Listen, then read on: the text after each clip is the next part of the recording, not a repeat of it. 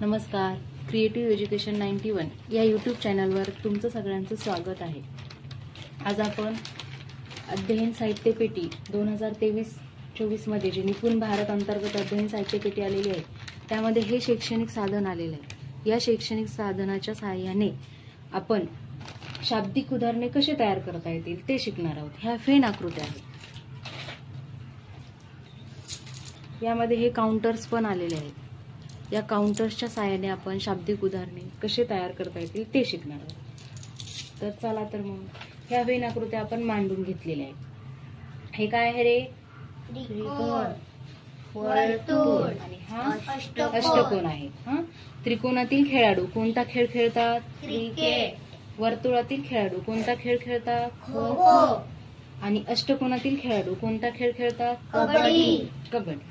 तर आपण आता त्रिकोणात काही खेळाडूंची संख्या मांडणार आहोत। तर त्रिकोणातील खेळाडू कोणता खेळ खेळतात? क्रिकेट। तर क्रिकेट खेळणाऱ्या खेळाडूंची संख्या किती आहे? 3। वर्तुळातील खेळाडू कोणता खेळ खेळतात? खो खो। खो खो खेळणाऱ्या खेळाडूंची संख्या किती आहे? 4। आणि खो खो खेळणाऱ्या सर्व खेळाडूंची संख्या म्हणलं तर किती? 7। कसं काय? कारण त्रिकोण हा कुठे आहे? वर्तुळामध्येच आहे। वर्तुळामधील सर्व खेळाडू खो खो खेळतात। वर्तुळातील खेळाडू कोणता खेळ खेळतात? खो खो। पण वर्तुळ हा अष्टकोनात असल्यामुळे वर्तुळातील खेळाडू अजून कोणता खेळ खेळतात? कबड्डी पण खेळतात। वर्तुळातील खेळाडू हे खो खो पण खेळतात आणि वर्तुळ हा अष्टकोनात असल्यामुळे वर्तुळातील खेळाडू कोणता खेळ खेळतात? कबड्डी पण खेळतात। आणि अष्टकोनातील खेळाडू कोणता खेळ खेळतात? कबड्डी। अष्टकोन सगळ्यात बाहेर आहे म्हणून कबड्डी खेळणारे किती खेळाडू आहेत? फक्त कबड्डी खेळणारे 2 आहेत आणि कबड्डी खेळणारे सर्व खेळाडू किती आहेत? 9 आहेत। हे आतमधले जे खेळाडू आहेत ते कोणता ना कोणता तरी खेळ खेळतात। आता यावरून आपल्याला काय करायचं आहे? शाब्दिक उदाहरणे तयार करायची आहेत। मी एक तुम्हाला शाब्दिक उदाहरण तयार करून सांगते, त्यानंतर तुम्ही स्वतः काही शाब्दिक उदाहरणे तयार करून सांगायची आहेत। फक्त कबड्डी हा खेळणाऱ्या खेळाडूंची संख्या किती? 2 आहे। हे 2 खेळाडू असे आहेत की फक्त कबड्डी हा खेळ खेळतात। हे कोणत्या आकृतीमध्ये आहेत का? नाही। खो खो मध्ये आहेत का? नाही। क्रिकेट मध्ये आहेत का?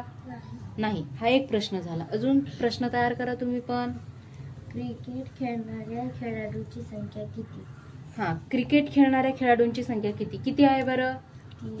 3। त्रिकोणातील खेळाडू हे काय खेळतात? क्रिकेट पण खेळतात, खो खो पण खेळतात आणि कबड्डी पण खेळतात। पण क्रिकेट खेळणाऱ्या खेळाडूंची संख्या किती आहे? 3। अजून प्रश्न तयार करा। क्रिकेट आणि खो खो खेळाडूंची संख्या क्रिकेट आणि खो खो खेळणाऱ्या खेळाडूंची संख्या किती आहे मग?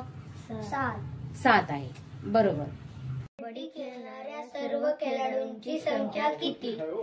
कबड्डी खेळणाऱ्या सर्व खेळाडूंची संख्या किती? मग किती असणार आहेत बरं सांगा? कबड्डी खेळणारे सर्व खेळाडू 9। Very good. कारण अष्टकोनातील सर्व खेळाडू हे काय खेळतात? कबड्डी हा खेळ खेळतात। Very good. अजून बघा तयार होतात का प्रश्न? खो खो खेळणाऱ्या सर्व खेळाडूंची संख्या किती? वर्तुळातील खेळाडू हे खो खो खेळतात, तर खो खो खेळणाऱ्या सर्व खेळाडूंची संख्या किती असणार आहेत मग? 7। Very good. बघा अजून कोणता होतो का प्रश्न तयार? त्रिकोणातील खेळाडू किती प्रकारचे खेळ खेळतात? त्रिकोणातील खेळाडू किती प्रकारचे खेळ खेळतात? सांगा बरं मग किती प्रकारचे खेळ खेळत असतील? 3 प्रकारचे। कोणकोणते खेळत असतील? क्रिकेट, खो खो आणि कबड्डी। कारण त्रिकोणात आहेत म्हणून क्रिकेट खेळतात, तेच खेळाडू वर्तुळात आहेत म्हणून खो खो खेळतात। Very good. आणि तेच खेळाडू अष्टकोनात आहेत म्हणून कबड्डी हा पण खेळ खेळतात, म्हणून 3 प्रकारचे खेळ खेळतात। चला विचारा। क्रिकेट आणि खो खो दोन्ही खेळ खेळणाऱ्या खेळाडूंची संख्या किती? क्रिकेट आणि खो खो असे दोन्ही खेळ खेळणाऱ्या खेळाडूंची संख्या किती असणार आहे मग? 3। आणि यामध्ये अजून एक आहे, क्रिकेट खेळणाऱ्या खेळाडूंची संख्या आणि खो खो खेळणाऱ्या खेळाडूंची संख्या हे दोन्ही खेळाडू मिळून किती होणार आहेत? 7। तेव्हा किती येणार आहे उत्तर? 7. आणि फक्त क्रिकेट आणि खो खो दोन्ही खेळ खेळणारे खेळाडू म्हणलं तर किती येणार आहे उत्तर? 3 येणार आहे. Very good. याचप्रमाणे आपण वेगवेगळ्या भाषा बोलणाऱ्या व्यक्तींची संख्या या आधारावर फेनाकृत्यांच्या सहाय्याने शाब्दिक उदाहरणे कशी तयार करता येतात हे शिकणार आहोत. तर मला सांगा, त्रिकोणातील व्यक्ती कोणती भाषा बोलतात? मराठी. वर्तुळातील व्यक्ती कोणती भाषा बोलतात? हिंदी. आणि अष्टकोनातील व्यक्ती कोणती भाषा बोलतात? इंग्रजी. व्हेरी गुड, मस्त. तर यावर कसे प्रश्न तयार होतात? जसे आपण खेळाडूंची संख्या बघितली ना, त्याच पद्धतीनं यावरची पण प्रश्नावली असणार आहे, शाब्दिक उदाहरणे असणार आहेत. आता बघा, एक उदाहरण सांगते मी. मराठी भाषा बोलणाऱ्या व्यक्तींची संख्या किती असणार आहे? 3.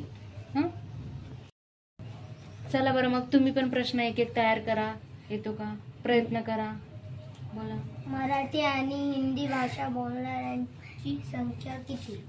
मराठी आणि हिंदी भाषा बोलणाऱ्या व्यक्तींची संख्या किती आहे?